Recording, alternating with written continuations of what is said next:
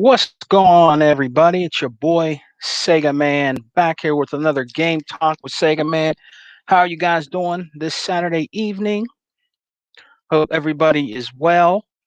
You know what I'm saying?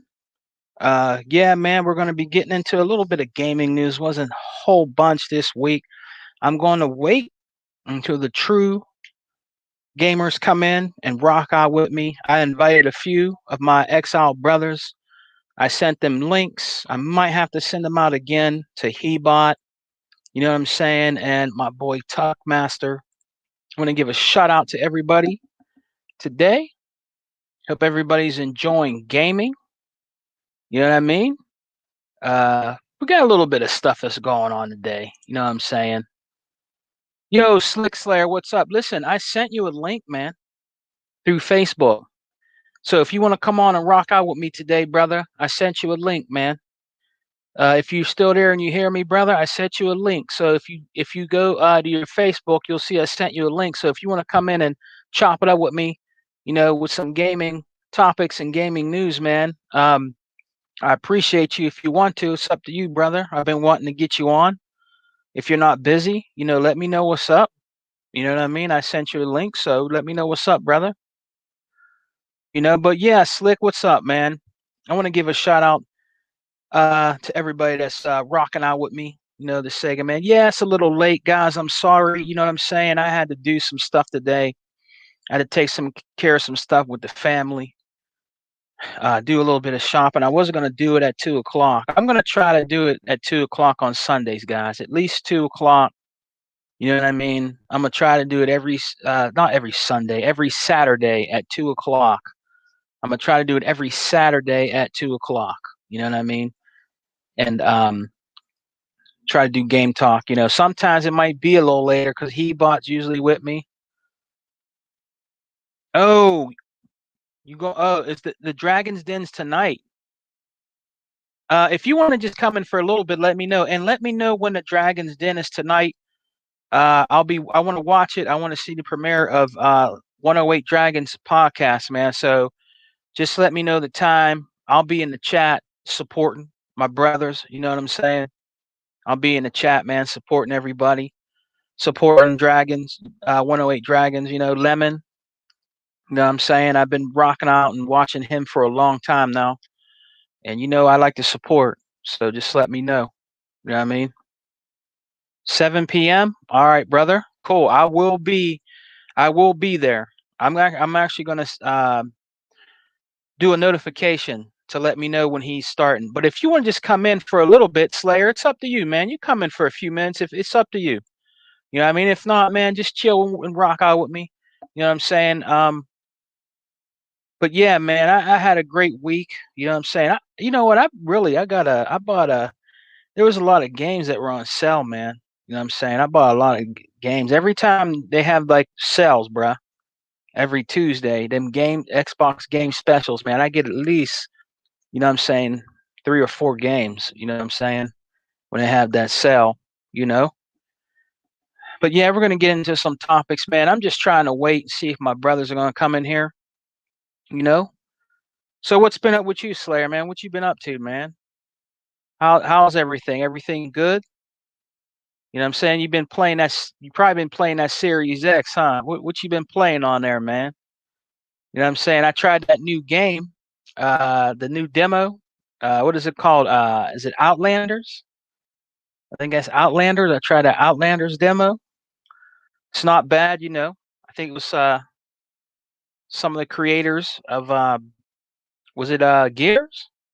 I can't remember, but I tried out that new demo. You know what I mean? That's pretty sweet. You know what I'm saying? You know what? It actually looks good on the One X too. You know what I mean? It looks pretty good on the One X, man. Your boy don't have the Series X yet, but I'll be getting it soon. You know what I mean? But yeah, I've checked that demo out. It's not bad. You know what I'm saying? I hope everybody's having a safe weekend. You know what I mean? Playing games. You know what I mean? Being safe out there. You know? All right, cool, Slayer. Cool, man. Appreciate it, brother. Appreciate it. Dirt 5, Outlanders demo. Yeah, That dirt, I got Dirt 5 for Christmas, G. You know what I mean? I like I always liked all the dirt games. You know what I'm saying? I rock out and play all. I collect them actually. I got all the dirt games from the 360. You know what I'm saying? And got the ones on the Xbox One too. Dirt 4. What's the other one? Dirt 2.0 or 1.0. Got that one, and then I got 5. You know what I'm saying? Then I got Dirt 3 and the other dirts on Dirt 1 too on 360, man. You know what I'm saying? Got that too, you know. But yeah, man, there's been a lot I've been doing, man. I recently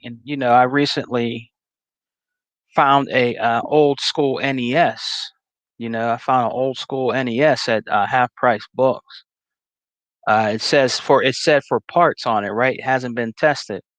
And I only paid $20 for it. I only paid $20 for it, a system. It didn't come with no controllers, no hookups or nothing. But I had extras of those in my gaming drawer. I call it the gaming dresser. You know what I mean? The gaming dresser has all my accessories that I buy at flea markets and Goodwills and charity stores and shit like that. You know what I'm saying? Might be able to get like controllers for $1. A and V Nintendo hookups for like $1. You know what I'm saying? Sometimes, sometimes you can get some of them. I got a Sega Genesis one time, hookup for like 50 cents. It's good to collect that stuff, man, because you never know when you run into the system and somebody can sell it to you cheap, real cheap, like $15 for a system, right? Because they don't have no controllers or AV cables or power packs. You know what I'm saying? And you'll have them at home. You know what I'm saying? You save money that way in a way. You know what I mean? There's one thing I did have to buy though.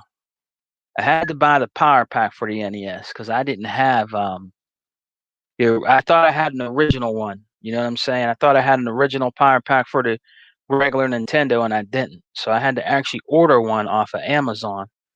You know what I mean? And I had to order new 72 pen connectors.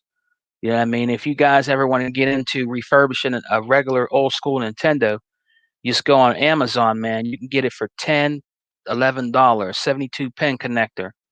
You know what I mean? Take your old Nintendo apart and replace it. You just got to make sure when you do that you separate those screws because it will mix you up. You got to make sure you put them screws back where they belong. You know what I'm saying? When you put that back together and it works like brand new. Any game I pop in or any Nintendo game, old school 8-bit Nintendo game I pop in there works. It worked. So after I fixed it, I went back out to half price books, the exchange, and I bought all kind of games, man. Cheap, cheaper games. There's some that are expensive. I have some that are, I still have Zelda in the gold, in the gold cartridge. A buddy of mine he found when he was tearing down a house because he's a construction dude, and he found some games in there, and he gave them to me for a few dollars. You know what I'm saying? And one of them was that Zelda game in the gold cartridge. Still works too. You know what I mean? That's old school. You know what I mean? Old school Zelda. That was a great game. Even the game Lynx. Remember the game Lynx that came out for the Nintendo? And you got your what's the other game called? Double Dragon. That was another good game on there. But I have a lot of shoot 'em ups on there, like Air Fortress, Abanox. You know what I mean? I got a couple of them on there. You know what I'm saying for my system. You know. But yeah, man, we're gonna get into a little bit of gaming news today. What's been going on in gaming? You know what I'm saying? When a couple of my brothers get in here, you know what I'm saying? We're gonna chop it up, talk some gaming. We're gonna talk about everything. It's not gonna just be all Xbox. We're gonna talk about, some topics, you know what I mean, with there's gonna be more games going to PC from the PlayStation. So I'm gonna get my boy Hebot in here. He's just got into the room. So let's get Hebot in here. Oh, he left. He left. Something happened. Something happened, man. He'll be back. He was in here for like a minute, but we'll get him back in here. You know what I'm saying? There he is. He might be.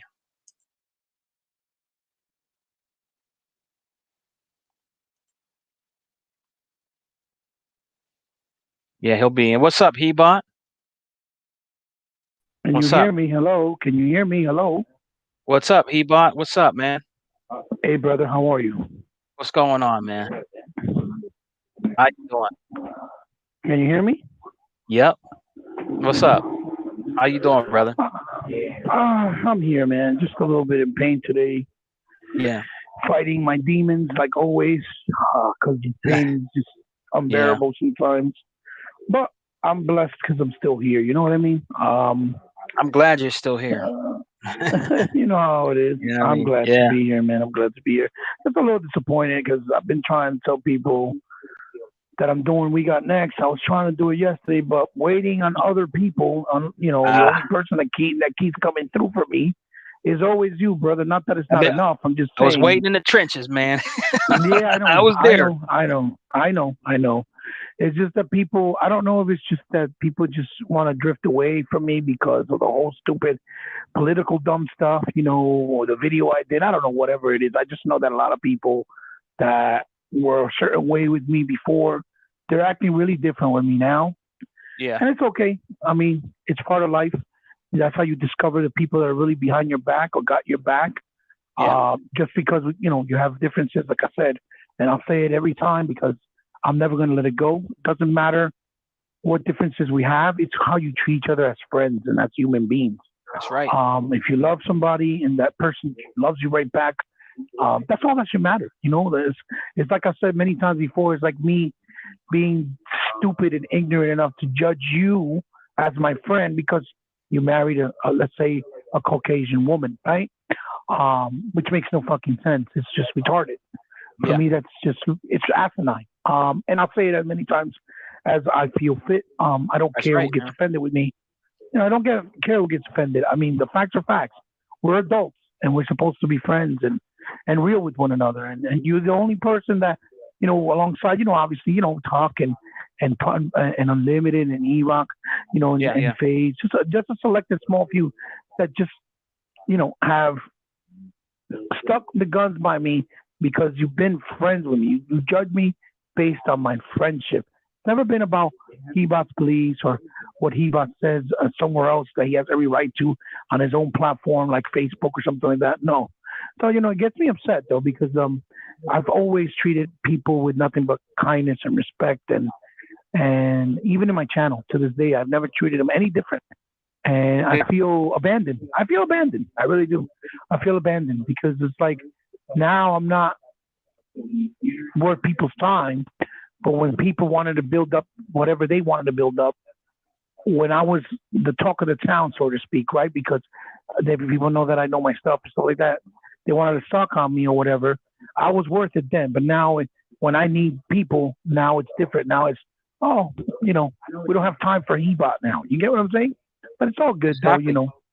It is what it is. I'd rather have real people, um, you know, I'd rather have real people by me and stand next to me than people that are not genuine and that are hypocritical or fake or not really there for me 100%. It is what it is. But other than that, man, I'm good, man. I'm here. I'm blessed. I got figures up to Guazoo coming in and collectibles and games that I can play, and it's just great, man. Hey, man. We got Slayer today for a little bit. What's Hey, up, what's up, Slick? What's fellas? up, Slayer? What's, What's up, Slick? what's going on? What's going on? Can y'all hear me? Yeah, man. Yeah, we can hear Crystal you. clear. Absolutely. Minty Excellent, fresh, Crystal. brother. Minty fresh. What's up, nice, man? nice. Mm. Just setting up, like I said, for Dragon's Den podcast episode 1 tonight, Episode Nice. 1. 7 p.m. Big Eastern. day. Yeah. It's gonna be myself and One Way Dragons. Yeah. The Mm. inaugural episode, and Big day we'll for take it him. from Big there. day for him. Yeah, Yeah, no. been working on this for a long time coming. I keep promising it was coming. It was coming. Finally, it's here. That's what matters, man. As long as you get it done, man, that's all that matters. I wish him luck because he's Thanks a been lot. trying to do something for a hot minute. You know what I mean? Most definitely. He's definitely gonna have a good host or a good partner because you're really good people. You're knowledgeable. You're a good real gamer, and you're just a kind soul all around, man. Oh well, thank you. But yeah, man, just can't wait. hope to see everybody there. I'll be there. Except for oh, well, thank you. But there's certain folks who don't want there. In fact, I had to tell dude off last night at the end of the GRG show in the chat. Really? Dude, I told him off straight up, and he sounded upset. And then later on, Addict from ILP, he was doing a little stream where he was setting up the stream for tomorrow's show. Maybe Cognito won't be there. If you've been following his tweets, he's down for the count for a little bit. He'll be back, I think. Yeah. So he may not be on tomorrow's episode. So maybe Addict is the one doing it. I'm not sure. I assume so. But I've never heard anything specific. But either way, he was doing a little stream where he's setting up mics and testing levels and blah blah blah. Anybody in the chat, can holler back and let him know how things is going. And this dude followed me into the other chat. Oh damn! Ask really? Why can't I? Yeah. And the dude I'm talking about. I don't want to even put his name out there. I'm trying to put that energy out there. Let me guess. Does it start with a letter H, maybe? The last name? Yep. You know that. Okay, I know exactly what you're talking about. I told him off dead straight again. I said, "Yo, I'm not trying to hear it. In fact, now finally, I'm gonna ban you, just like I did on Twitter the other day." I told him straight up, man. That was another creepy thing. Dude, I'm liking somebody else's tweets, right? He's not following me. Not the person I'm liking tweets. Okay, this other troll, right? Yeah. I'm not following him. He's not following me. I'm not blocking him. He's not blocking me, right? Right. But all of a sudden, I see a tweet out of him, like maybe last week, I think it was. Like, oh, I see you liking all these tweets. Don't get yourself involved. I'm like, excuse me? What? Like, that's spooky. First of all, that's creepy because the only way you can know what I'm liking is if you're not following me, is if right now you're looking to see what I'm liking and what I'm following. Without following me. So I'm like, yo, really? And then he tried to spin it the other way. I'm like, bro, and I broke it down. I'm like, the only way you could even know what I'm liking is if you're stalking me, you creeper. And I said, yo, fine, I'm gonna block him. So I blocked him there too. Yeah, but dude, been crying in the ILP room, and it's like, yo, shit with all of that. Blocked him finally, and then I guess he was crying to Addict because once you block, you can't see what they're saying either. So and the Addict said something. Well, hey man, it's their show or whatever, and if they don't want you there, that's it. And hey, that's creepy, man. That's really what I'm saying? Creepy. It's creepy. And I was like, yo, funny style, man. He sounded real dejected, and I didn't curse or nothing, but I told him straight. I said, you are not welcome. Don't come. And this is immediately after me saying, everybody, I hope I see all of that. Yeah. No, listen, but I was brutal, and the only way I could have been more brutal is if I started using expletives, which I'm sure he would relish the thought of using those to report me on. Right. So don't even give him that satisfaction, because then they try to use it against you, and you're much better than that, bro. You don't deserve that shit. Nah, bro. Right. So I guess sometimes they be clickbaiting to try to debate you. You get what I'm saying? Exactly. So you know how the game goes. Don't even give it the satisfaction, because I'd rather have much more room with Slick Slayer around than people like him. You know what I mean? Because he don't bring nothing to the table. Nothing. Absolutely nothing. And I hear the other folks like himself. And I hear other folks like himself be clowning him too. Like, he's not even liked by his own side. So, but crazy. I end up talking about trolls. I'm here to talk about games. And games. Dirt 5. I finally, you know what they always say about Game Pass? It has you playing games you wouldn't normally play. I have Dirt 4 on PC, but I wasn't too interested in getting Dirt 5. Like, it wasn't in a game I was going to pay $60 for. But being on Game Pass with the 4K 120, I could definitely test out my TV, my LG on. Right. And I'm just like, ooh, okay, I'll grab that. And then there was that other demo that I didn't know about until way after when the live went down for that little bit. And I wasn't able to snag it till this morning. And that's I think I misnamed it in the chat. Outrider. It's Outlanders. Yeah. Outriders. No, you're right. Yeah. It was Outriders. You said Outlanders, right? No, it's Outriders. But still, it's so it's Outriders. Honest mistake. It's not a big tomato gives a fudge. Yeah, but that game, good game. It's real good game. I mean, it's got its rough points, but I mean, hey, I don't even think it's beta. They gotta. But it's a demo. You got to see what happens with the end result or the end product.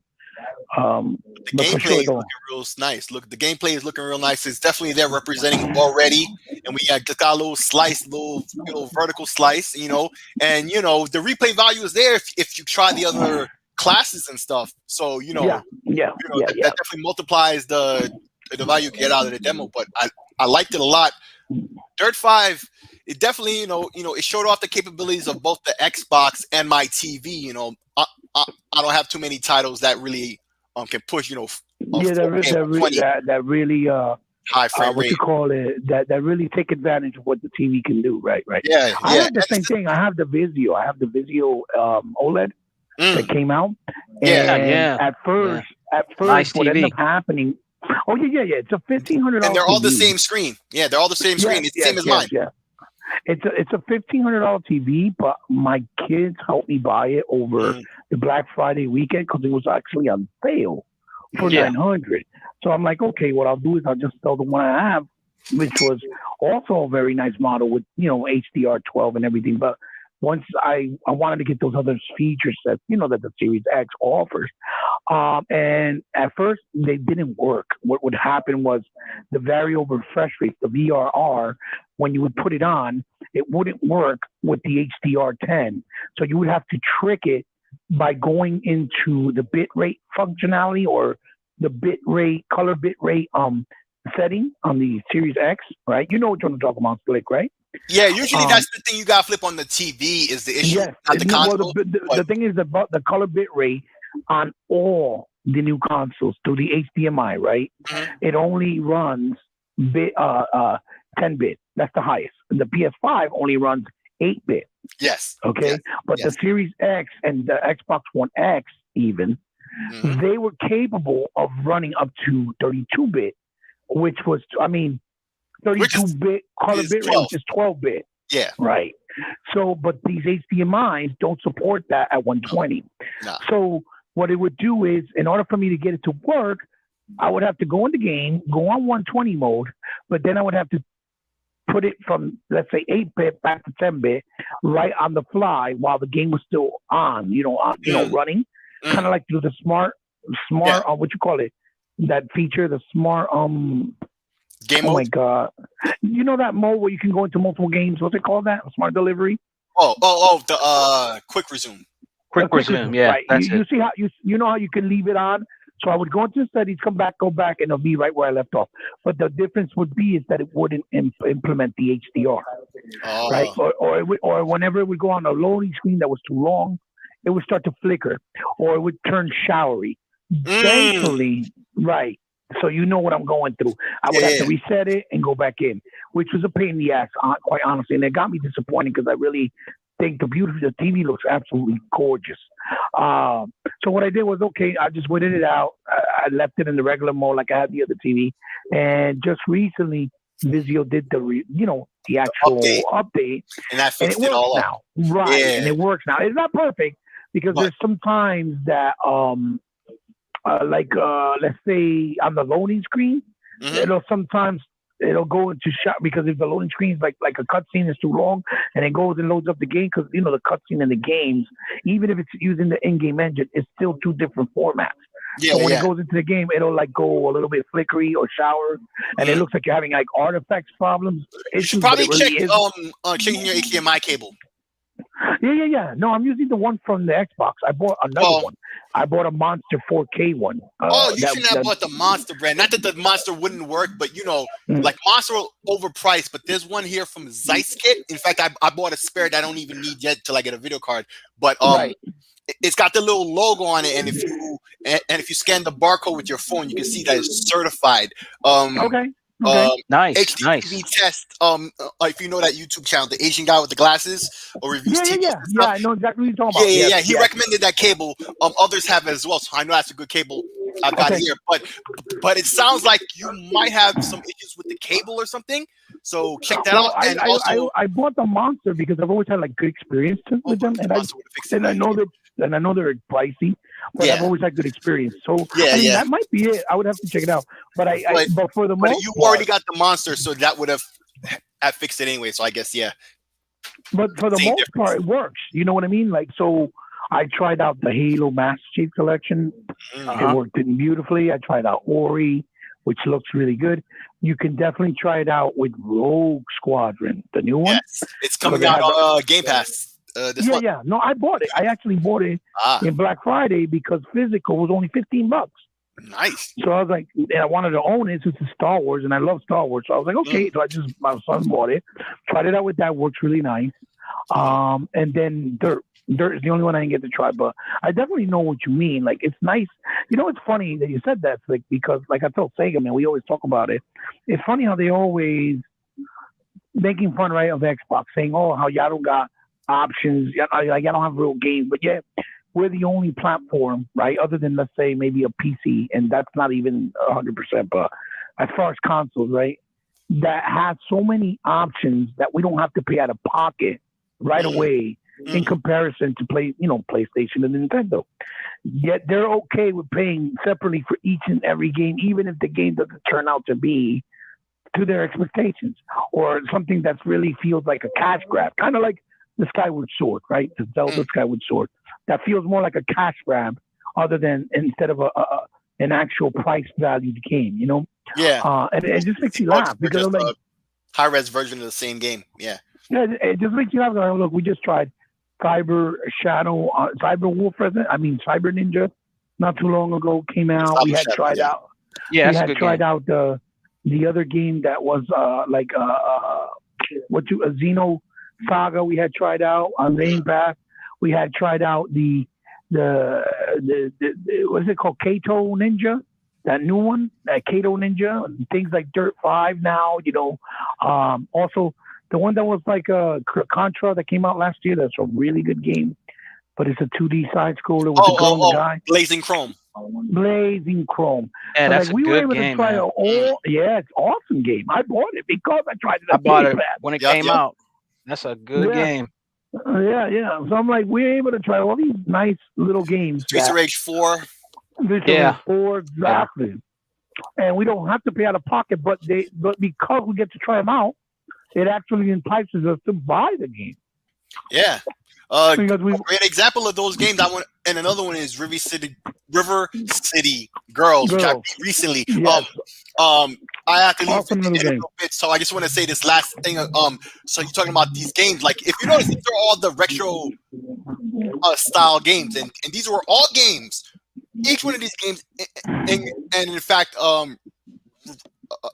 River City Girls, I had bought on PC, had pre-ordered way before it was even out. I see the trailer, whatever. I'm like, yeah, I need that, and pre-ordered and whatnot. And then it came out, downloaded it, installed on my PC, and then never messed with it until it came to Game Pass, and that's when I finally started messing with it. And Blazing Chrome and those other games were gonna be in that same boat, but I never got to buy them. If you look at my Steam wish list, they're still there.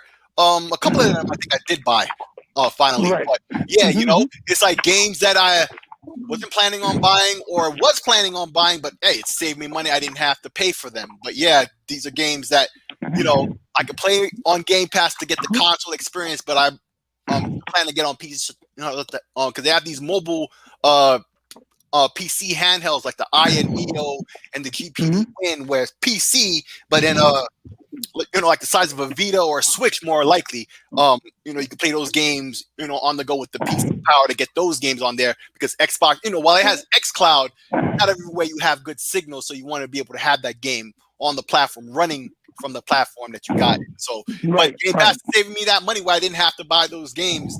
But these were games I really was the beauty of it is that you were able to still play them and experience them, and then you're like, okay, yeah, I definitely want this. You know what I mean? Because it just certifies and cements what you want and what you don't want. You know what I mean? Yep. Well, and there you go. Yeah, that's the call I was waiting on. I'm gonna talk to you guys later. All right, Slayer. Thanks for stopping by, brother. I appreciate it. No problem. Thank you for stopping by, brother. Yeah, Slayer, he's a good dude, man. We have to get Slayer back on again, man. Probably next week or something. You know what I mean? Good brother.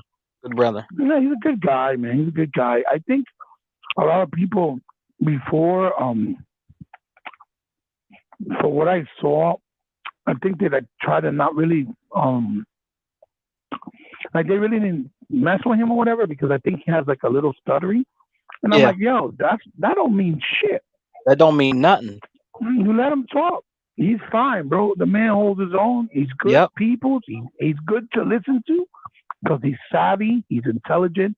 He's passionate, and that's a good thing. You know, that's what you need. That's what you want to hear. It's like kind of like my friend David. David, he goes by Metal something. Damn, I forget. Metal Capone, I think on Twitter. He's always liking everything we do. He always supports us and stuff. I've always wanted to tell him to come on the show, you know, but he feels it gets a little bit uncomfortable because he starts to say, "Bro, don't worry about that. We'll never make you feel that like don't you mean don't nothing, belong." man.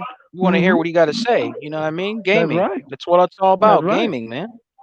You know? That's right. I was like, we'll never make you feel like doing like you don't belong or make fun of anything. Right. You know, because we're not those type of guys. You know, so that is what it is. I hope he comes on one day. He's Xbox too, and he likes gaming too. And that's that's PlayStation good. Also, but he's good. Hey, people, it's all right. You know what I mean? That's cool. He supports us. He always has, even if from the comment section only and from afar. But he, you know, that's the kind of people that we need to embrace more because I feel like they don't get their dues. I feel like they don't get their acknowledgement. You know what I'm trying to say? Yeah. You know, that's what I've always tried to be like. I tried to invite Mr. Kima before because he's always there, bro. Yep. Yo, hey, Lewis, how are you? And that's just like Lewis. You know, he bought Lewis, Slick Slayer. They're always in here and they always support us, man. These are good people out here in the gaming community, man. You know, appreciate that, man. Yeah. You know? So people like that, like for example, like people like Lewis, always it would be nice to have on the show. Yeah. Because he's supporting and he's been by our side, you know, back to back day one, you know, all the time. So Lewis, to embrace them, to show them gratitude, to show them how much we appreciate what they do for us, you know, because without them, pretty much we don't really have a voice. That's right. You know, that's right. That's right. It's always good to have, you know, our you know, these good gaming brothers in our comment sections too. You know, they always rock out with. They rock out with us. They're insightful. They help us out when we need to find stuff. Like if we forget something, they correct us if we said something wrong, and they do it with kindness and care. You know, that just all that goes a long way, and it means a lot to people like us when we're doing this because it makes it all worth it. You know what I mean? Yeah. And it makes us feel good, obviously. You know, because we feel like we're doing something positive that the community needs more of. You know? Yeah, that's right, brother. Hey, Hebot, I wanted to bring something to your attention, man, because I don't know if it happened to you, but it was out there in the gaming news, and maybe you could tell me why. It said there was a Xbox Live outage for around 6 hours. Do you know what happened? Yes. We had the same problem. It was Jim Ryan trying to sabotage all the Xbox guys so that we go and watch State of Play. That's a good one. It was Jim Ryan, Jabari Clark, Porter Rock, Omeziago. They all got together with Day Dubs, maybe even Next Gen, and they started hacking everybody's shit. So we go watch State of Play. Yeah, because you know what? It shocked me because honestly, you could tell me what happened, but honestly, I never. You didn't have no issues? that much. No, not as much as PlayStation does, but we never. I didn't know, man. I didn't even know. I was reading up on it. Right. I'm figuring that it could be also, you know how a lot of places have gotten hit with a lot of power outages because of the weather and stuff, because of snow and stuff. I don't know how hard you've gotten hit. Maybe you haven't gotten hit hard, but over here in our area, for example, we got hit pretty decent since it started, you know? We've gotten a nice amount of snow, cold weather, buildup of ice. So it is possible that they were trying to, you know, like fix all the servers in those areas because they were probably having issues because of the weather. And that's why so many people were facing it all at once. Microsoft really didn't disclose the reason why. They just said, like they always do in their PR talk, we're looking into it, investigating to get it fixed. We'll be having it up and running real soon. Be patient. Right. Sorry for the inconvenience. You know, their PR review. Yeah. But yeah, we experienced it for like my son went to sleep. Put it like that. That's how I know it was a little bad because he never goes to sleep because he's always on Apex, Monster Hunter, Warframe. Yeah. You know, anything that's online heavy or Call of Duty Black Ops, you know, anything that's online heavy is always on there. So he went to sleep. And that right there told me everything. But if I had to take a wild guess or an educated guesstimation, right? I want to say it was probably about 3 hours, the issues with the online. Yeah. Maybe four. But I think it was 3 hours. Everybody was facing it. We were just playing offline. So, you know, but, you know, I do understand and I do believe and that you probably didn't suffer anything because that's happened before. Where some people are like, yo, outage, what you talking about? I ain't experienced anything. I was on forever. Right. All last night. You know what I mean? Yeah. So yeah, I definitely can see why you didn't experience it. But yeah. Well, unfortunately, I was one, you know, in the household. We were one to get hit, you know, and not really because you don't even look at it as something unfortunate because what we do is we'll just watch Netflix and catch up on movies, right? Or yeah, watch Hulu, HBO Max, Amazon Prime, and Shudder because we got all those streaming services for movies because they all have like a bunch of shit to offer. You know, Shudder being only for horror and stuff like that. So yeah, it's like Mr. 100 says all the time: go outside and do something. I think goes down. Why the fuck are you complaining? Go get some ass. Go get some ice cream. Do something. You know, he bugs me out when he says that because he's true. It's like these dudes reacting like it's the end of the world and shit. But you know, it is what it is. But yeah, we experienced it. But yeah, no, it was true. Sega man, it was definitely true. It did happen. Hey, well, now that we talked about that, man, I want to get now. This is the elephant in the room, and I know you can really speak on this a lot. And we're got to talk about it on Game Talk with Sega, man, because we talk about all gaming news. So, right. What do you think he bought now that is this Jim Ryan saying that there's going to be more exclusive PlayStation games going on PC, man? And they say that the PlayStation community is outraged about that, brother. What do you think about that? Well, I say that we need to go to church and start praying really hard for our brothers over there at the Sony at Sony's side because due to this unfortunate and foreseen situation, there's going to be a lot of suicides happening. A lot of people are going to lose control. They're going to break their PlayStations. There's going to be a lot of PlayStations being destroyed. And it's really sad to see this. You know, it breaks my heart, you know. No, all jokes aside, you know, I'm not trying to make fun of people that, you know, actually commit suicide because that is something sad and tragic. We're just trying to be funny, you know, or I'm trying to be funny rather. For good fun, right? Yeah. But no, you know, also all jokes aside, being serious, to be honest, I don't understand the logic, right? And a lot of Sony fanatics, right? And I'm not talking about Sony fans, but Sony fanatics, right? Because the bottom line is this. They know we're living in a very different era of gaming. Gaming is no longer a platform or a medium where it could be sustained by the old school style way of thinking and mentality internally and as far as a business model. For a lot of reasons. You know, a lot of reasons mainly being games are just getting way too expensive, right? Uh-huh. And there's just not enough sales. People don't want to go buy a $60, $70, $80 game without knowing for sure that they're going to get their money's worth or that it's going to be a game they enjoy. Because as we all know, when we buy those games physically or digitally, you can't really return them. And if you return them, you don't get your value back. You get like a quarter of what it's worth. Right. So it's a big investment and a big risk to buy a game for that type of money, and then let's say you don't like the game, right? Yeah. Or Yeah. the game doesn't meet your expectations.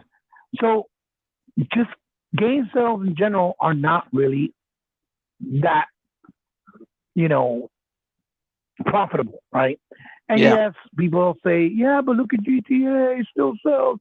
Yeah, but look at Call of Duty, it still sells. Yeah, but look at the Madden. Yes, because those are casual games, meaning we get them every year, or Rockstar being Rockstar, everybody follows them because that's like the game that everybody wants to get their thug life on or do stupid things. You know what I'm trying to say? Right. So Right. those are just like anomalies. I consider them. Those are the anomalies and the exceptions within the gaming world that no matter what, they'll always do well. But that's just one or two or maybe even 5 games. Right. It's not the whole picture and grand scheme of things. Within a year, we could get over 200 or 300 games released with the indie space included, right? Mm-hmm. And out of all those games, maybe 3 will sell well enough to make it substantial profit on all consoles, or maybe one console, or for what they paid for, as far as if they only spend let's say $1 million to make the game, right? For example. Right. Yeah. So you got to understand that that's why Game Pass has become so like valuable, not in the sense of just what you pay for and what you get, but in the sense of relief to the consumer, right? Yeah. Because like what Sick was saying before he left, he would have never tried out Dirt 5 until he played on Game Pass. And Right. he played on Game Pass. He said he loves the fucking hell out of the game now, and he's going to buy it. You see what I'm trying to say? And that's the same mindset that's been this like that since Game Pass was introduced for the last 2-3 years, going on 3 years now, that a lot of people have. Because I hear it all the time. I hear people like, damn, I never knew that Sunset Overdrive was this good. Damn, I never knew that Quantum Break was this good. Damn, I never knew Rise, Son of Rome was this good. Damn, I didn't know that Loco Psycho was this dope. Or I didn't know how good Dead Rising 3 was. Like I didn't know, right? It's becoming almost like a library.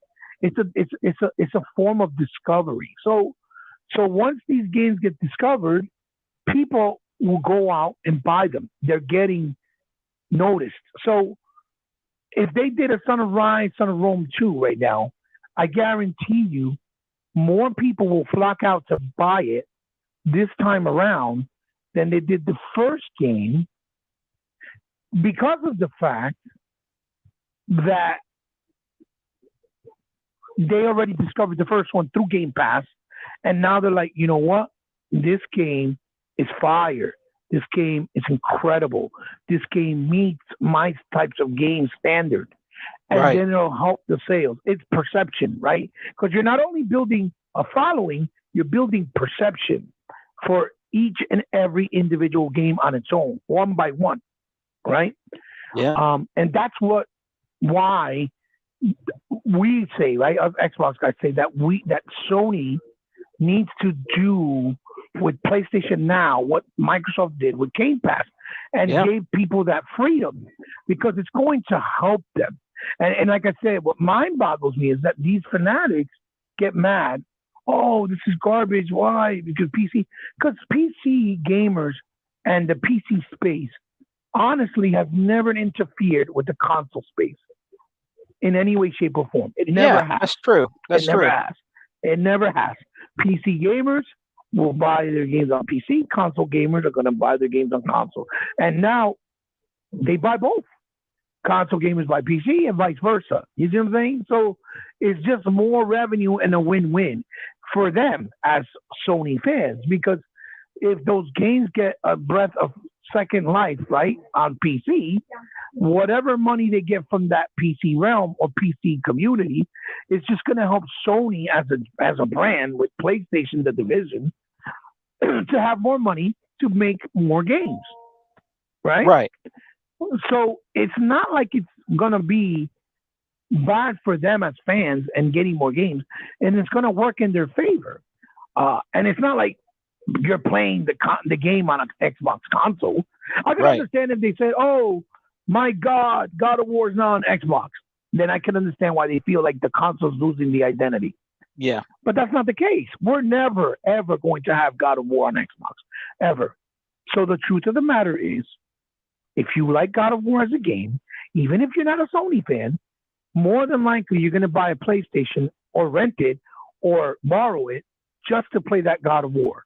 Yeah. You see what I'm saying? Yeah. Because that's what gamers do. And that's okay. You don't have to like all of Sony games to want to play some of their games. There's nothing wrong with that. The same way you don't have to be a fake Xbox fan, for example, or a fake Nintendo fan just because you want to play on PlayStation a certain set game. No, that's nothing wrong with that. So that idea and concept to me, it's just, I don't get why they get so uptight. Because again, the other thing is, it's not like Days Gone, for example, was coming out day and date. Because that's another thing with that. Oh my God, every day and date. Oh my God, it's over. Kill me. You see what I'm saying? Yeah. It's not even coming out day and date. So the truth of the matter is, they're basically getting a game that you've already enjoyed for the last year and played. So what does it matter? You still got to play it first. You still got to experience it first. Now, did you experience it in better quality that PC offers? No. But now you can with a PS5 because they give you better frame rates or maybe better resolution or maybe both. The point of the matter is you enjoyed the game already. What does it matter to you that a new audience is going to get to play the game, right? If they're playing it years later while you're playing new games. Right. Because while they're playing Days Gone, guess what? Sony fans are going to now play Returnal. They're going to now play Kena. They're going to now play Ratchet and Clank, right? They're going to play the new Oddworld, the new Guilty Gear Strives. They're going to be playing all these new games while they're just starting to play, or they'll get a chance to just play now a game that was out a year or maybe 2 years ago. You see what I'm saying? That's why I never understood the logic and why does it bother? Because not only are they playing it late, they're also helping your preferred company make more games for you that you know very well you're going to get first on a PlayStation 5 console, no matter what. Yep, exactly. You see what I'm saying? Now, if they release them day and date, that'll be even better. Because that means the hype will be real on both sides, not only PC side, but on the console side. Right. You know what I mean? So you're still going to make money and it'll still be a win-win anyway. But again, that's all brand new to them, especially to their way of thinking, their mindset, and the way they process things. So for them, it's just more of a, I'm scared the PlayStation console is going to be irrelevant. Like, they got that dumb mentality. That was the case Microsoft wouldn't be doing as well as they're doing with the Xbox division because they're catering to the PC division as well. Right. You know what I mean? Play those games too. You know how some of the games go to PC and not Xbox? Right. You have your Ultimate Game Pass. You can play those games on your laptop, on your phone. Right. You know what I mean? And you always get one or two games that you don't even get on PC, for example, right? That you'll get it on Xbox first. It'll be exclusive for a while, and people don't even pay attention to it. But then when you tell them and show them, oh, I didn't know that. Well, pay attention. Yeah. Why do you think the store is there for? So that you pay attention to what comes out new. Like that shoot 'em up game, right? The one you told me about. Yeah. That was $45, right? Yeah. That just went to Sony, didn't it? Yeah, it was super expensive. So that was bad because the pricing was bad. For a shooter, it was bad. Too high. But we had it exclusive for like almost 8 months. Yeah. It wasn't on no other platform. At least. So it just released on PS4. And I think it also just released on the Switch. Yeah. But now they're paying full price while we're getting it for only $22 now. Half off. You see what I'm trying to say? Yeah. So it's not like, it's like a give or take, Segaman. You know what I mean? It's a give or take. You got to take the good with the bad and look at both sides of the spectrum. You got to take the light with the dark. And that's what people fail to do. And again, to be honest, it doesn't even bother me anymore, you know, because I know for a fact that if I'm going to play Halo 5 or Halo Infinite, right? Mhm. The only console I'm ever going to play Halo Infinite is on Xbox. It's never going to That's be right. on PlayStation. It's That's never right. going to be on any Nintendo console. It's gonna be on a Just like Gears of Switch. War. Just like Gears of War. Just like Killer Instincts. Just Yeah. like Fable. Those games are never going to be on those consoles. So why does it bother me if they get Deathloop from Bethesda? Doesn't bother Yeah. me. Yep. Because Deathloop and Bethesda didn't start on Xbox. Now, going forward, since now they're owned by Microsoft, that's a different story. Because now Microsoft owns them. So whatever project they do, guess what? It's coming out of Microsoft's pocket. They're funding That's right. everything. That's So right. that's a different story. If Microsoft says, look, we don't want these games, we want them only on Xbox because it's part of our platform and our ecosystem and the PC, then hey, you have to go out and buy an Xbox or buy a PC and get Game Pass, whatever one you want to do better. It's your choice. The same way we know for a fact that if we ever want to play the new Mario Brother games, the new Kid Icaruses, or the new Metroids, or the new Zeldas, we're never going to be able to play them on any other console other than the Nintendo. So guess what? We got to buy a Nintendo if we want to play them. If we don't want to play them and we don't want to give them their money, then we have that choice too. It is what it is. So I don't understand what's the drama for, what's the hysteria. It's really non-cynical, and it's just dumb. Like, it's really silly, to be honest. Because again, they played this game over a year ago. They've been enjoyed the fuck out of it. It's still played more and will be played more on the PS5 consoles, no matter what. So see, now with the PS5, with the little updates, people are going to play it there again. So why do you care if it's going to help your company and brand more anyway? And, the writing's on the wall, man. They end up closing Sony of Japan because none of their games ever sold enough or well enough for them to keep sustaining it. They did it as long as they could, and they can't do it anymore.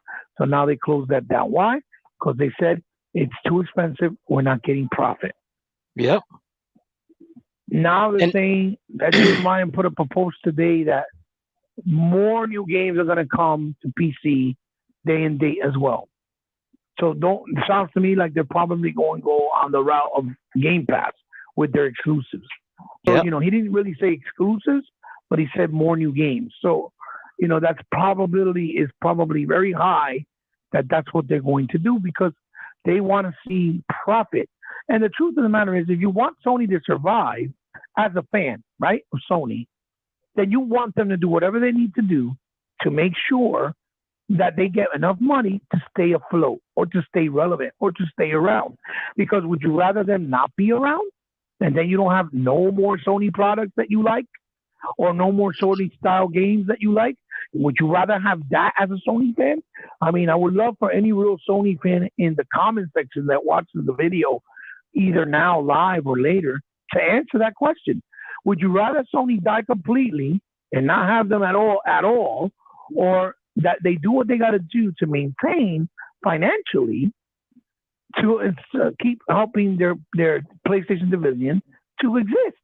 Because me being a fan, I'd rather they stick around than not be around at all. You see what I'm saying, Segaman?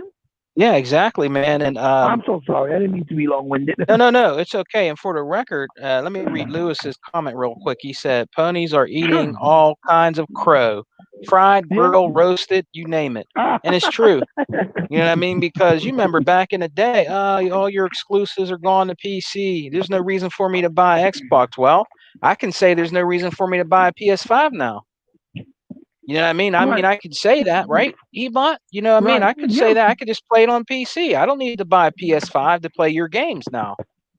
So, I mean, And you know what's more, it's harder for them? Because even their corporate people that work inside, they were part of that nonsense. But you remember, Jim Ryan has been on record saying, we don't need indie games. The indie space is not profitable.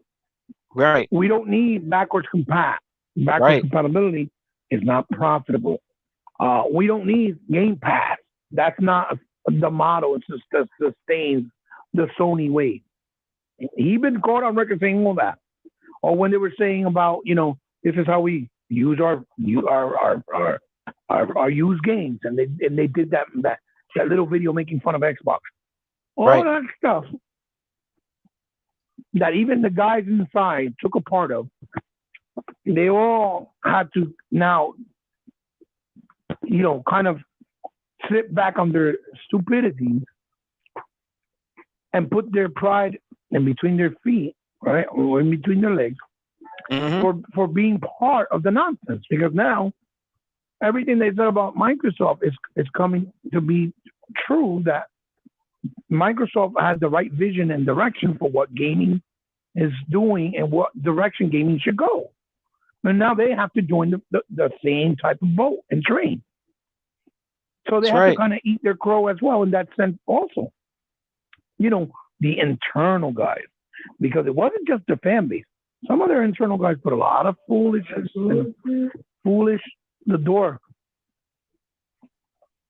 Foolish. What? The door. Foolish and really, how you call it, nonsense publicly on social, that now they have to retract. That they have to, you didn't hear the that they have to retract. You understand? Mm-hmm.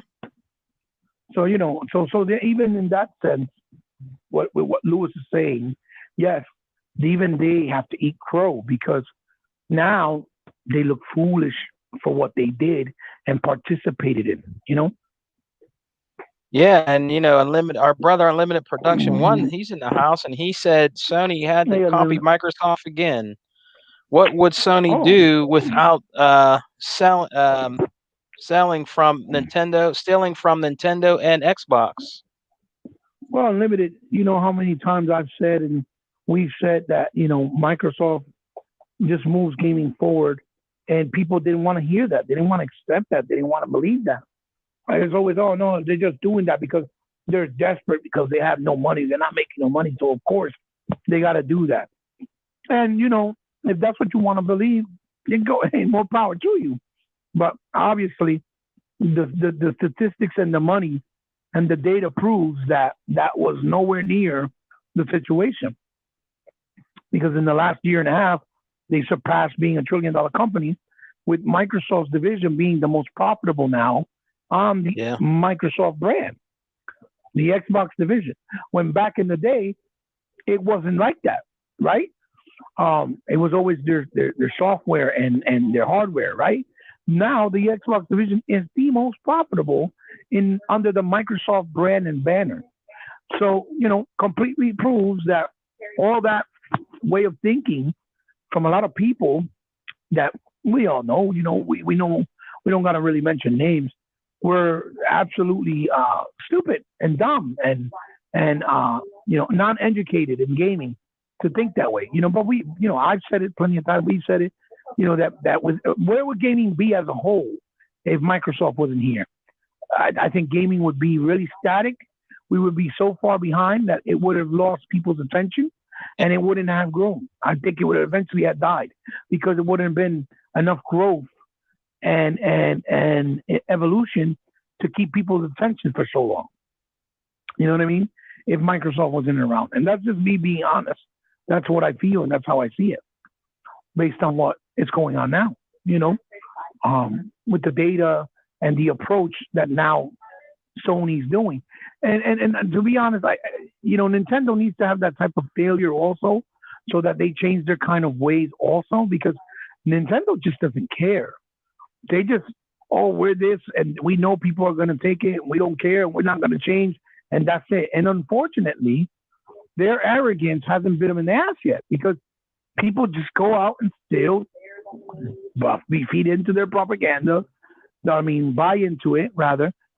They still support it, and they still stick by their guns. They still defend them. And it's a shame, because just because you don't, just because you speak out on what's right and wrong doesn't mean you're not supporting Nintendo as a company, or that you can't love them as your preferred place to play. It just means that you're trying to make things better as consumers for the future for Nintendo and for you as a Nintendo fan. You know what I mean? Because a lot of people, I wouldn't do that. It's all about loyalty.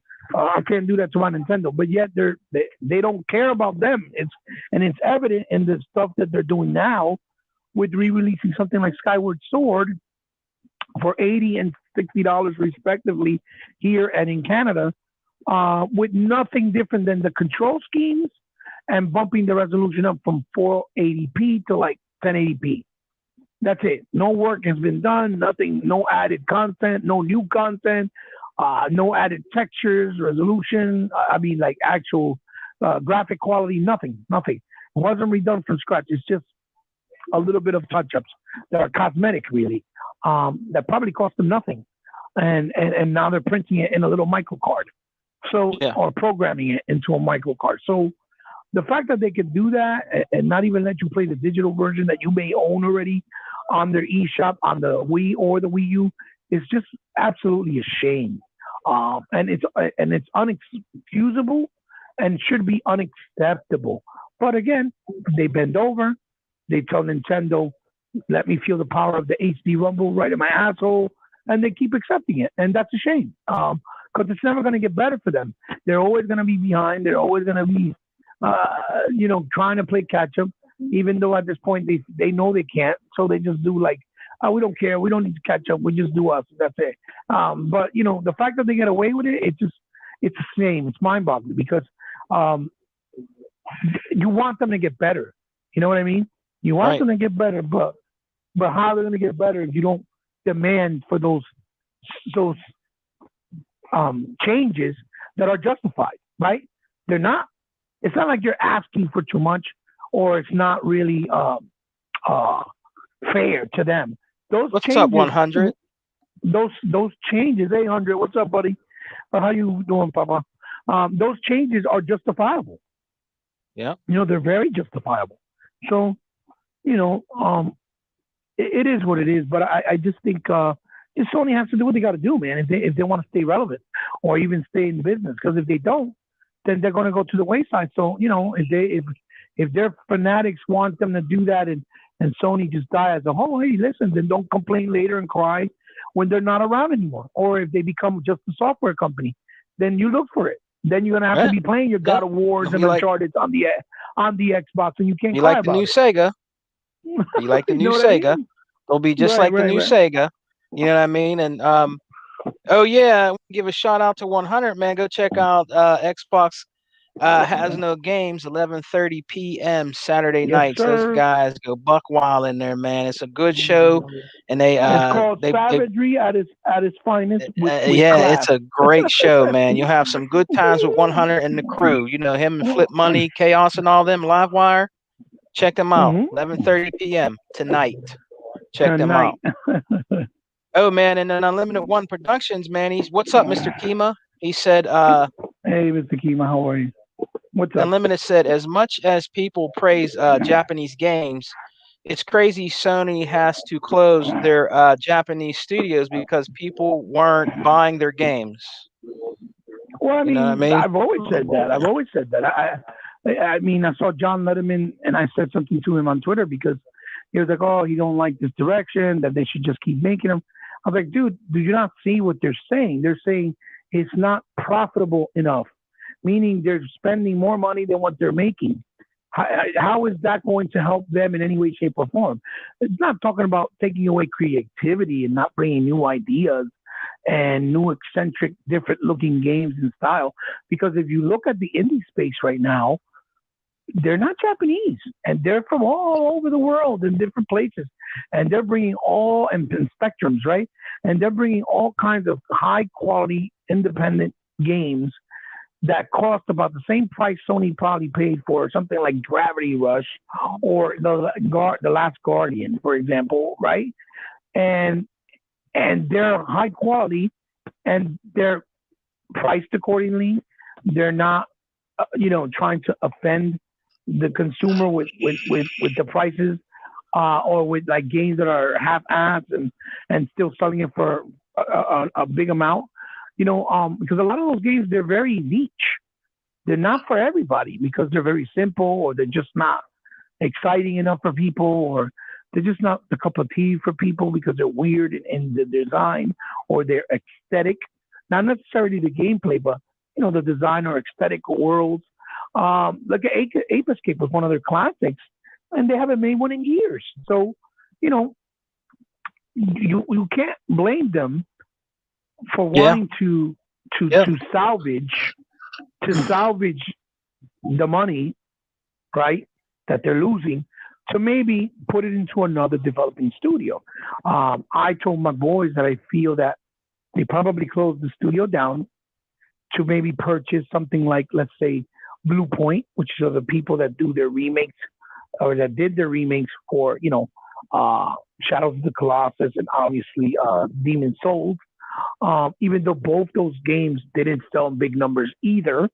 So I don't know how much would that help them long term, but it would make sense because they have a good relationship. And it probably cost them a lot cheaper to remake old games with them and reintroduce them than actually making brand new games with a certain set budget with new ideas that may not be accepted in the community. The sad part is that it's always good to get different and original style games, like the games that I talked about last year, like No Straight Roads, for example. It's always wonderful to see that, right? Or Ori or Cuphead. Very beautiful to see that. But unfortunately, because of cost and the fact that there's more casuals than actual hardcore gamers in gaming nowadays, those games are never really going to have a chance to really breathe and be successful all the time. You saw Ori did well, and then Ori 2 probably didn't do as well as they wanted it to. I feel that was mainly because the community of Xbox didn't really back it up as much because they got offended and upset that they let it come out on Nintendo, and Nintendo gave us nothing back in return. And that's why they didn't get the support probably, but that's just my theory. That's my theory from what I saw. Same thing that happened with Titanfall, same thing that happened with Dead Rising. Look at Cuphead. Studio NDHR said, "Oh, we're doing this DLC." The DLC is going to be now longer than it actually took them to bring out the actual game, Cuphead itself, to release. And they're talking about maybe 2022. And I also feel that was because once they made the deal with Microsoft that it was going to be a lifetime exclusive, they decided to change it. Oh, can we please put it on the Nintendo Switch? We want to make some money. They even put it on PS4, I think, if I'm not mistaken. And then they were like, all right, so then you guys figure it out. Whatever you make from the Nintendo Switch and the PlayStation 4 community, then that's how you'll pay to finish off your DLC. And I think Microsoft stopped funding them. And that's why they haven't finished it, because they haven't got enough money to finish the game. So, you live and you learn, right? But again, those are anomalies. Those are once in a blue that you'll see an indie game like that, or a smaller game like that, that's different and unique, actually become big and popular within the community and actually do well, right? Or decent, or more than they expected it to, right? You don't see that anymore with a lot of games, because that's the case with Microsoft with all the games they released, like Local Cycle and Crimson Dragon and Max Curse of the Brotherhood, and I don't know, any little small obscure game that something like Comic Jumper that came out on 360. Those games would have done phenomenally. They would have done well, and they would have had sequels, and they would have gotten bigger and better than the first ones. But they don't, because we live in a gaming age where it's more about the casual. So you'll see the Call of Duty sales grow, or the Assassin's Creed sales grow from Ubisoft, or the Maddens, or the GTAs, right? But it's because those are games that are like the ones that everybody expects every year. Oh, we're getting a new Assassin's Creed. Oh, we're getting a new Call of Duty, that have been accustomed and programmed into the minds of any type of gamer. And so they'll go out every year and buy it and support it. They don't care about originality or these beautiful make-believe fantasy worlds or different styles of games that are just basically introducing more fun factor and gameplay mechanics and innovation than actual just, rinse, wash, and repeat, right? That format. So, it doesn't surprise me.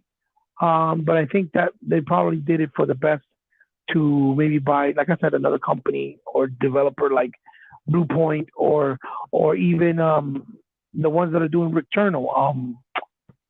I think it's called Media Molecule, I think. Yeah. Or something like that. I'm not even sure. I can't remember, or something Mercury. I can't remember at the moment, but the guys who did, Matterfalls and Dead Nation, because they're doing their first AAA. So maybe they're going to buy them to see if they can do other games, because they do a lot of different original games, and they have potential. So maybe that's what they're trying to do. They're just trying to, revert their money into another side to see how well it does for them, if they can get profit from investing it somewhere else, as opposed to, Studio Japan or Japan Studios that hasn't really brought them profits, for according to what they say themselves, in many, many years. So it's unfortunate, because they had some good franchises, but people just didn't embrace them. It is what it is.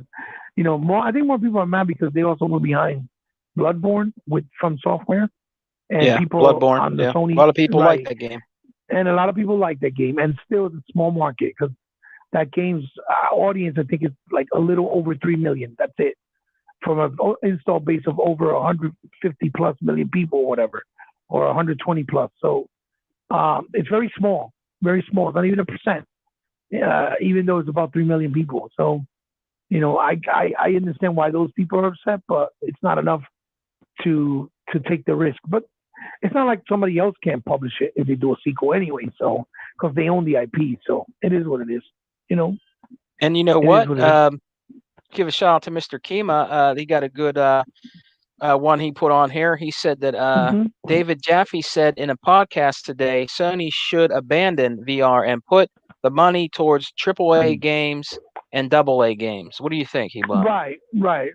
I mean, again, I think VR is something that, for Sony's particularly, I'm not talking about the PC space or the Oculus, because that's a whole unit that is just dedicated for that separately by itself. It has its audience, but it's a mainly self-contained experience with one person. You can share with others, but it's mainly self-contained. It's more of a gimmick, like when you went to arcades and played Outrun inside the car where it shaked and moved, which was cool, right? Yeah, which was awesome.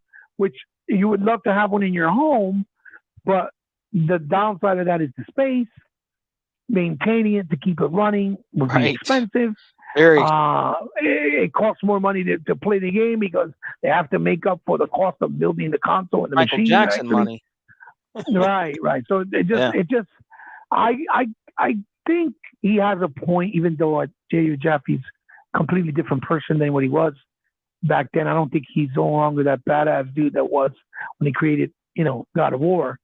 He got a different type of style and mindset now, but because he loves, he loves really throwing shots at Microsoft a lot for whatever reason. But he, I think he has a point. I think VR, and again, I don't want to sound like selfish or a pompous asshole, because there is people on PlayStation and even on Xbox that really appreciate VR and that like it. And to those, I mean, for those people, they should be able to maintain it and keep it so that they can enjoy it, because they clearly are. But I think it's just, there's not enough value and profit for Sony as a whole, right? With what they're doing with VR, as far as sales and software and high quality games. Maybe there's 3 games that are actually worth playing, like the Half-Life game or the new game from the people Twisted Pixels. Yeah. There's probably like a handful of games that are really worth owning a VR, which obviously supersedes the whole, the picture as a whole, having a much bigger audience, like they do in the numbers they get with consoles, right? and regular software, that it doesn't warrant them to continue to support it. So they should probably look into maybe liquidating it. But they also announced they were showing the new one for PS5. So that's probably one of the reasons why they also closed Japan Studios, because maybe they were getting more profits with their VR than they were with Japan Studios. You see what I'm saying? And they're reallocating that money into the VR2 that they're presenting for PS5. That is a possibility. Don't quote me on it. I'm not saying that's what it is. Ebot's not saying that's what it is. I'm taking an educated business, logical, opinion and thought process as a person of business is saying, right? Looking at it from a business standpoint. And what would make sense? If VR is making more money and we're going to invest in VR2, we need to allocate that money from Japan Studios onto the VR department. And maybe that's why they did that. That's a big possibility, because that's also another department that makes games. That's developers that are dedicated to make games for that headset as well. But if they actually liquidate it, I agree with David Jaffe. I think that would help them tremendously, save cost, kind of like what Microsoft did with Mixer. Even though Mixer's amazing compared to Twitter or Twitch, I miss Mixer. I miss it. I miss it for real. Man. But they didn't see enough benefit and profit from it, so they cut the cord to put it and dedicate that money and allocate it to another department within Xbox. So, it just makes sense, even though those decisions can be hard, right?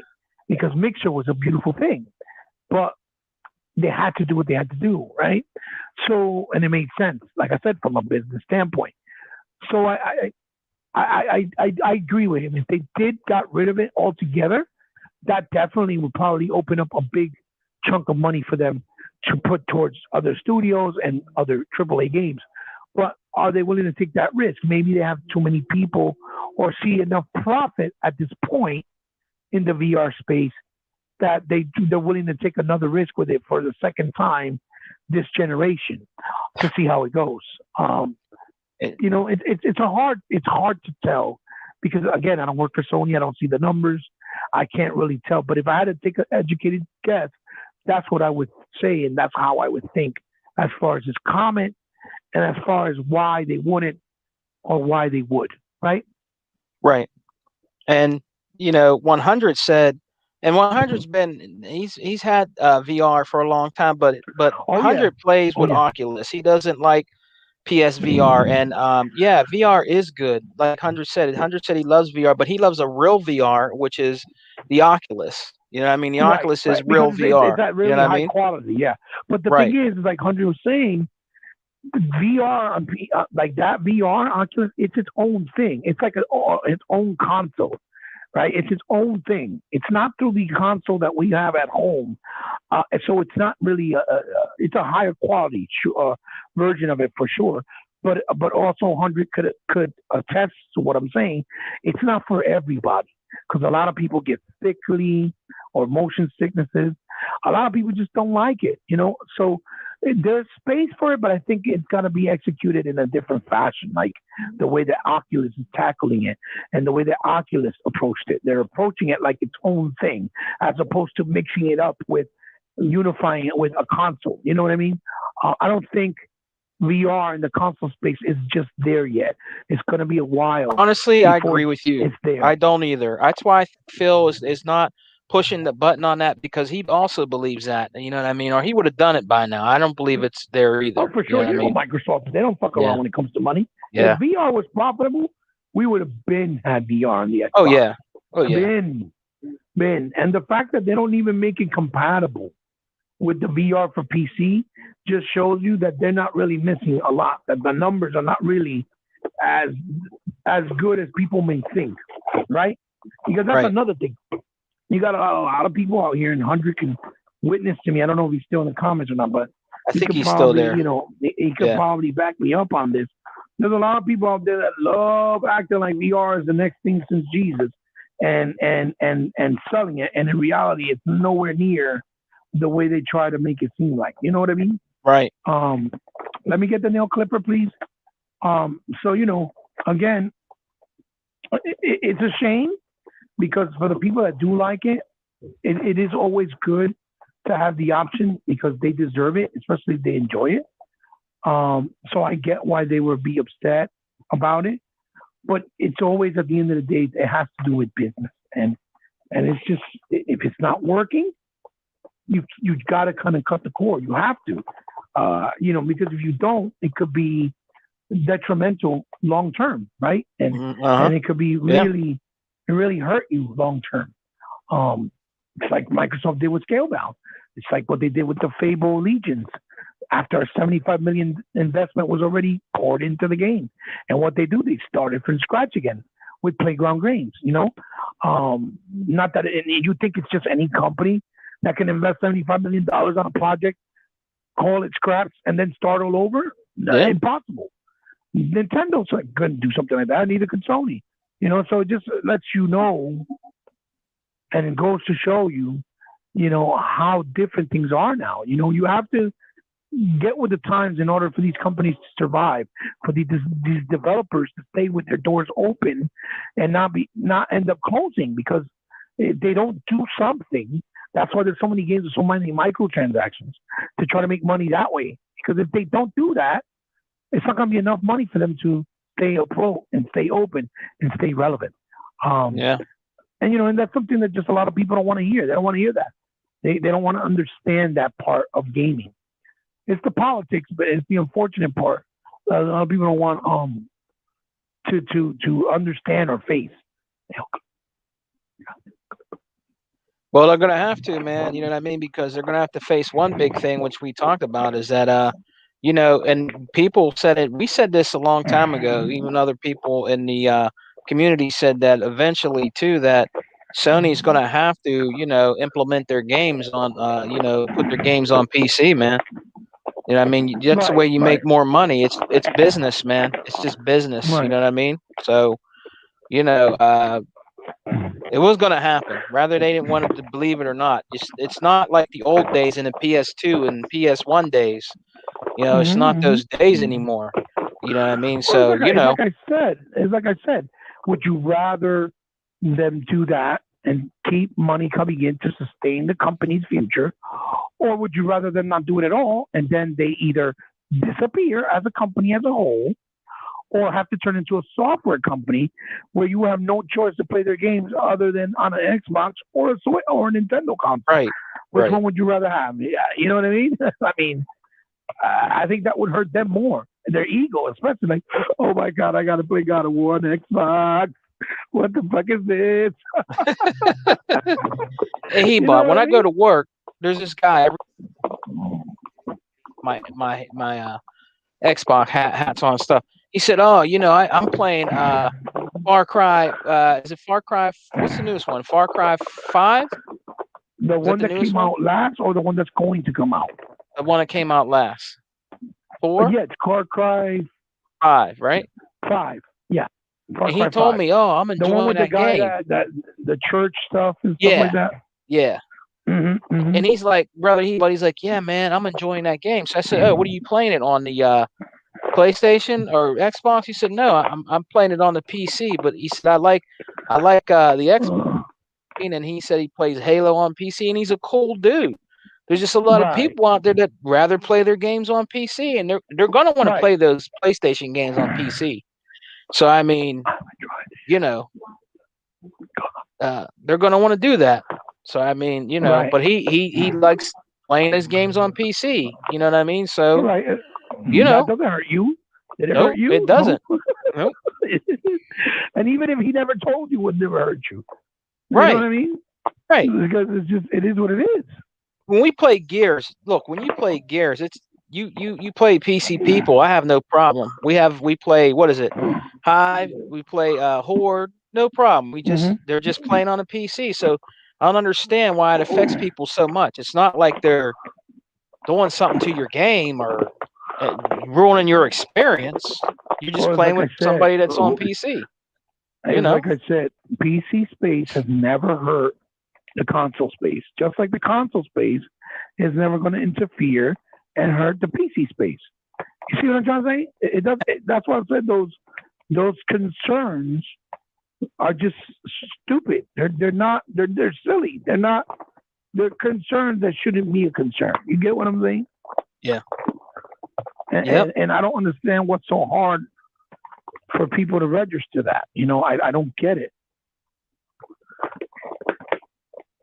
I don't get it. I'm like, dude, like Halo was on PC before, Halo 2.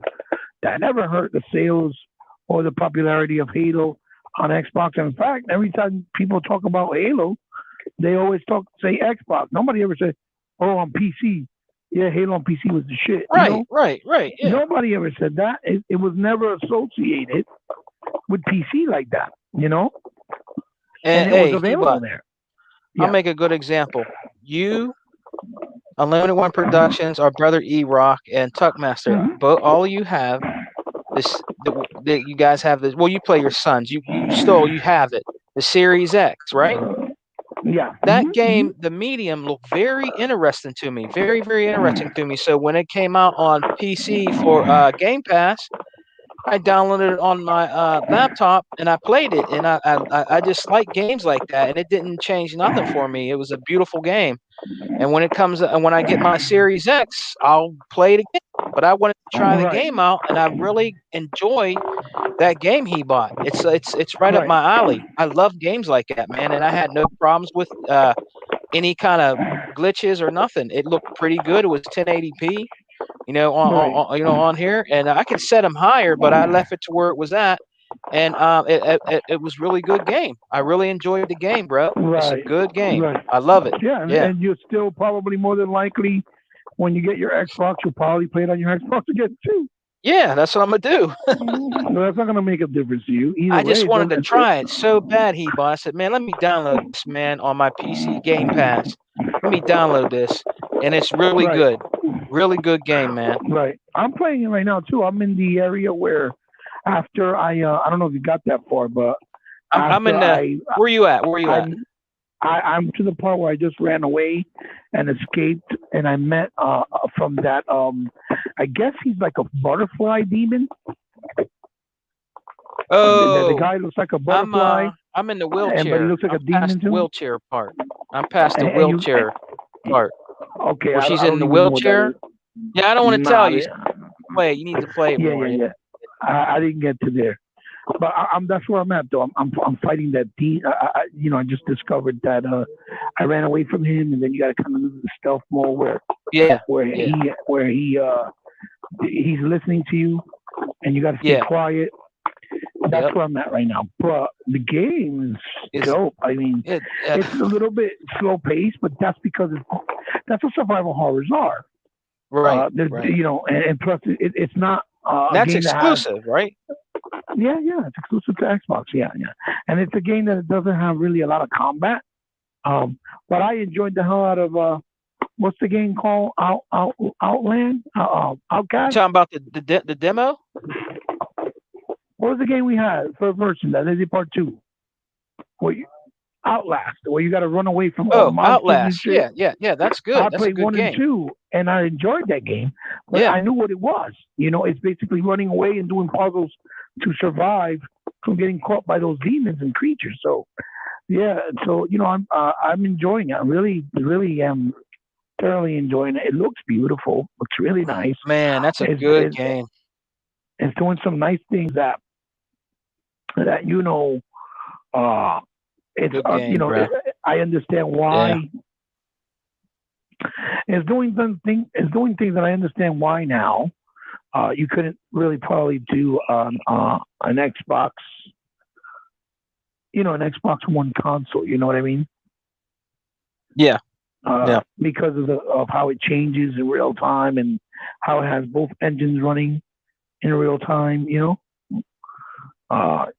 Things that you just cannot do because they're running in real time. It's not like you're switching it out like you did with Halo, and you press the button and it ran one engine, then you hit it again and then it ran another engine. No, it's actually running the same engine in real time, Yeah.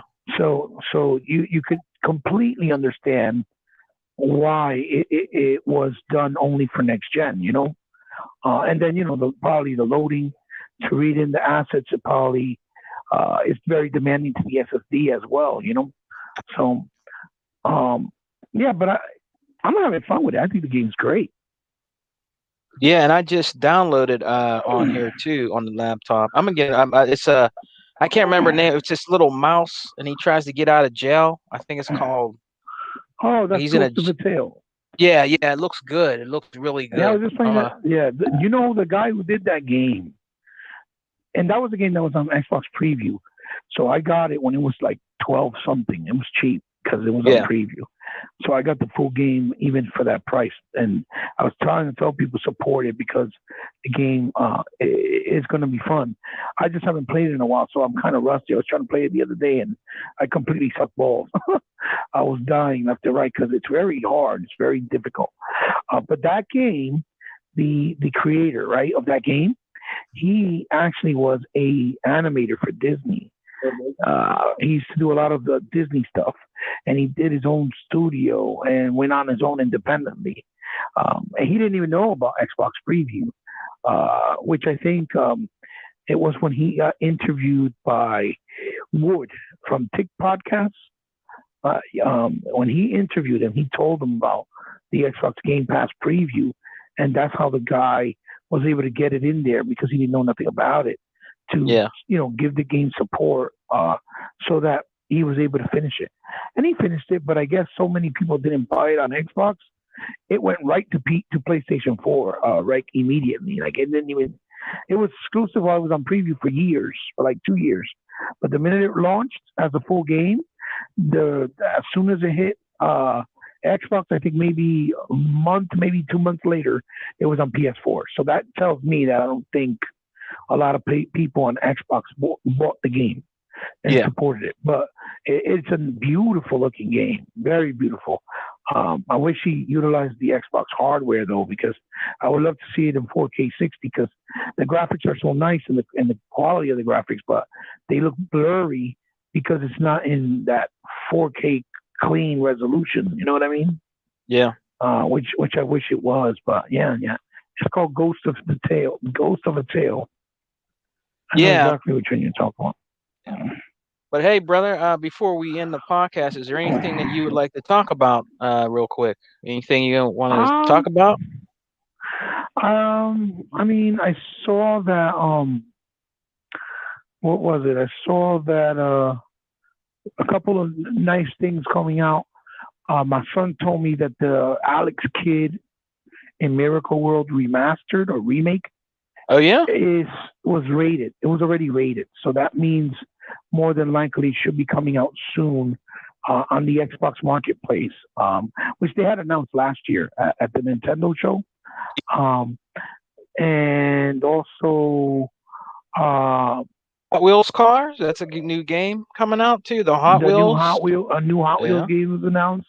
That looks like hasn't fire. Been done for a while. And they said it's going to be very arcade style, which is good. Yeah. That was coming out, announced soon.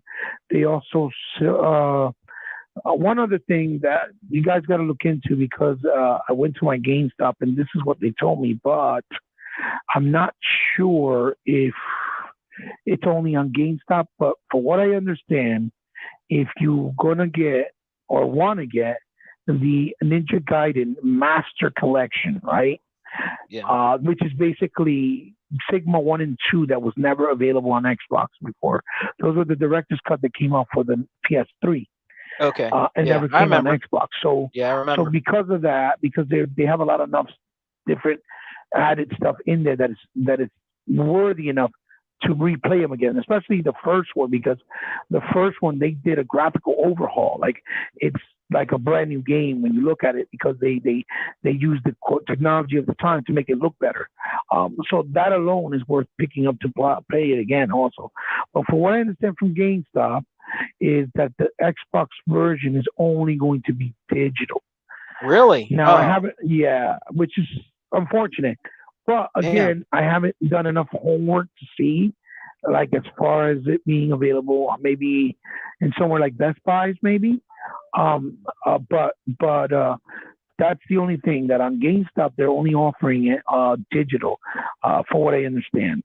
For anybody looking that's interested in I'll still pick pre-ordering it up it. though. I'll still pick it up. Right, of course, You of know. course. I mean, Yeah. it's about having the game. That's all that matters.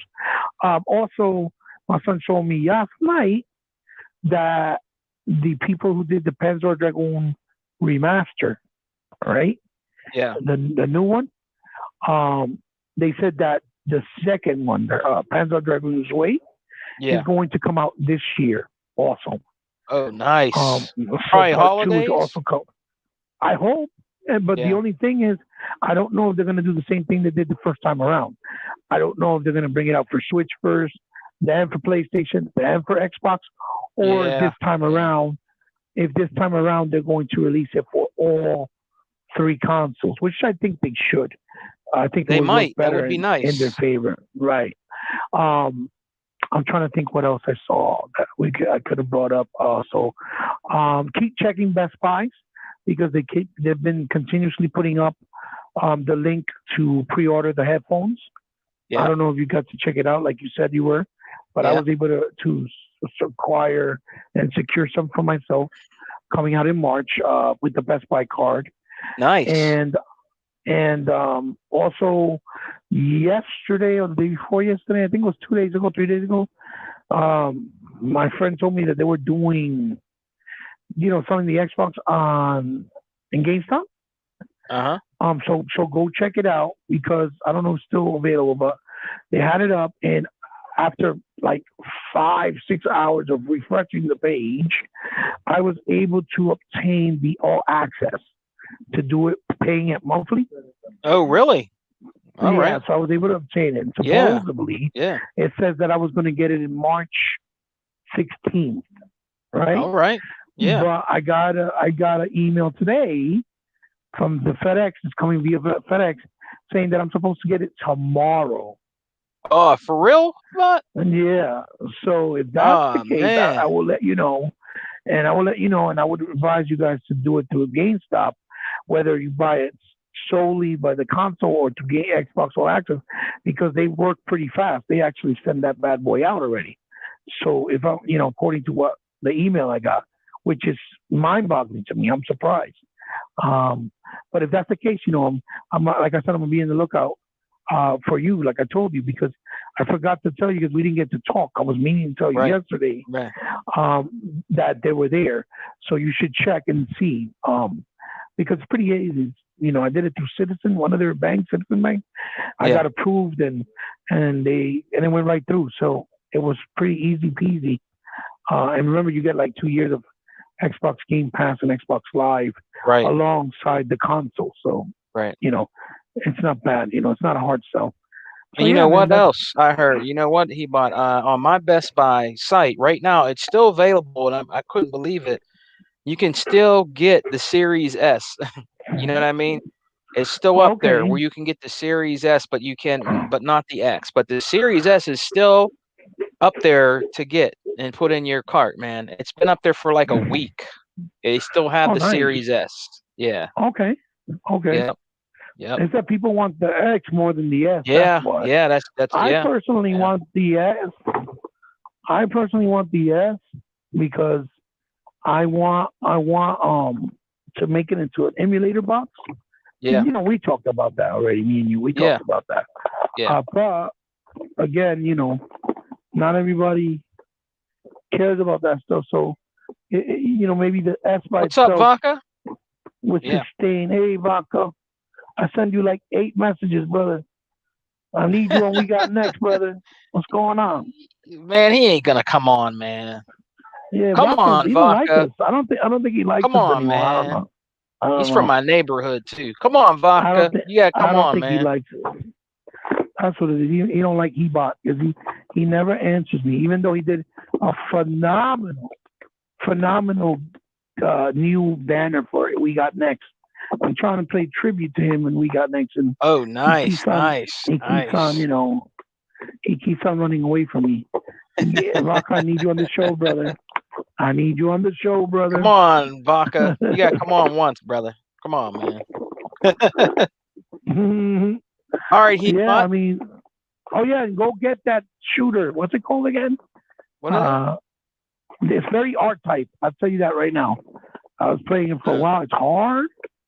It's a grind because you got to keep leveling up. they? Vaca said he hasn't been feeling good. Vaca said he hasn't been feeling good. All right, man. I Well, hope when you you feel better, when you brother. feel better, man, you gotta come and chop it up with me and Hebot, man. Yeah, man. You know We're what I just mean? trying to give you. We're just trying to honor you, bro, because you've been nothing but a great friend to all of us. A Oh lot of hell us. yeah!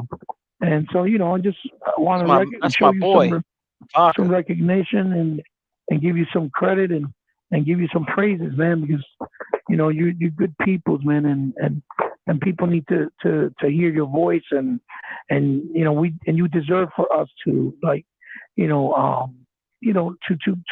give you your dues, man, like because you're behind the scenes, but you're always supporting and giving love to everybody. You know what I mean? In the Xbox community. So it is what it is, Definitely, man. It is what it is. definitely. Long overdue.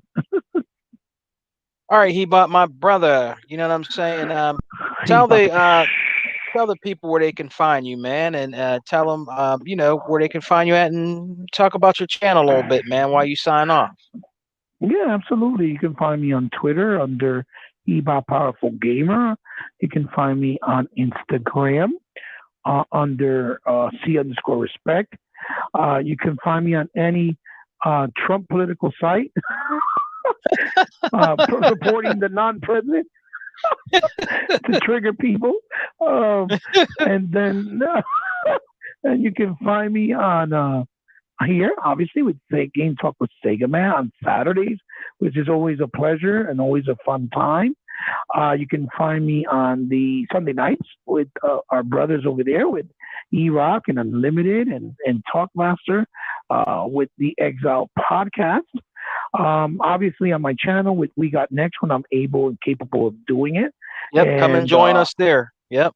Right, absolutely. And then also, when I get invited with Mr. 100, my brother over there at Intro Media Gaming with Xbox Got No Games podcast, and also with my brother, the graphic god J Dubs, with Retro Renegades, which please go get them and follow and support because they're all great guys and have a lot of fun and do different things. Both podcasts are very different in style and offer a new form of viewership and entertainment in the video game space, to be honest with you.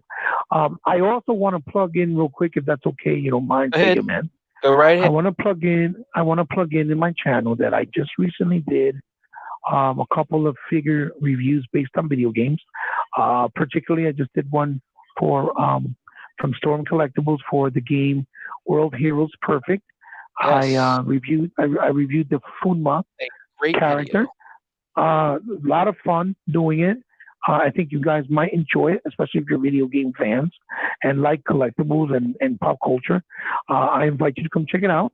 And I just put up today a video playthrough of Retro Game Night with Hebot. I did another one with I did a little playthrough of the remaster of the 360 of the old school flashback game that was actually done from scratch for the 360. Nice. That I played via back compat on the Xbox Series X. So guys, as always, you can find me on Xbox Live under under Hebot 8 and under the Nintendo Switch. And on PlayStation, you can find me under Alpha from Sky. Sega Man, has been a pleasure like always. I always have fun when I come on here with you. Pleasure, brother, to always have you on. You know that. Yeah, absolutely. Pleasure is all mine, and hopefully we'll be able to rock out, God willing, next week as well. Nice. Because it's something I always look forward to on Saturdays. It's fun. All right, guys. I want to give a big shout out to everybody that has joined Game Talk with Sega Man with me and Hebot. I want to give a big shout out to Slick Slayer that was in here earlier, chopping it up with me and Hebot. Slayer, that's right. Go check out Lemon 108 Dragons podcast tonight, 7 p.m. 7 tonight. That's right. Debut of the Dragon's Den. Check it out. The Dragon's Den, yeah. Check him out. And then we're going to give a shout out to Lewis. Lewis has been a big supporter of us since day one. I'm going to give a shout out to our Exile brother, Unlimited One Production, always coming with that gaming news at Fire, man. And Always coming knowledge, with yeah, great that's right. topics, man. He's Yeah, another yeah. up and coming one, Unlimited. Give a shout out to 100. Don't give to. Give a shout out to 100. Check out Intramedia Gaming with Xbox Has No Games, 11:30 p.m. Saturday night. Let's go check them out. Shout out to Mr. Kima. Shout out to Smitty Yes, sir. Smith. He was in here. Shout out to Vodka. Vodka was just in here. You know what I'm saying? And I want to actually talk to Hebot in the week. And next time we do Game Talk with Sega Man, I want to get our other brother on here, man. I want him on here. He's really good, knowledgeable in gaming, and that is Sega Forever. Shouts out to Sega Forever, man. Oh, yeah. It would be forever, good yes. to get him on here and chop it up with me and Hebot. You know what I mean? When he's not busy, we're going to try to get Sega Forever on here. He's been gaming for years. Knows a lot about gaming, and he's very knowledgeable, man, when it comes to gaming. You know what I mean? Very, very knowledgeable. You know what I'm saying? So we're going to try to get him on here, man. Oh, beautiful brother. He's a beautiful brother. Yes, he is. Yes, he is. And you can always, check me out on the Exile Podcast, 7 p.m. Sunday nights. And you can always check us out here, my podcast, Game Talk with Sega Man. Every Saturday. I got to get a... But you know that we'll be on here every Saturday doing Game Talk. No you know what I'm saying? That's right. And you can also check me out on my channel, Sega Man 101, on YouTube, and also on Instagram, and also on Twitter. All right, guys? Be safe. Xbox for life. We don't die. We multiply. Wear your mask, homie. Peace. Be careful. Wear your mask. Peace.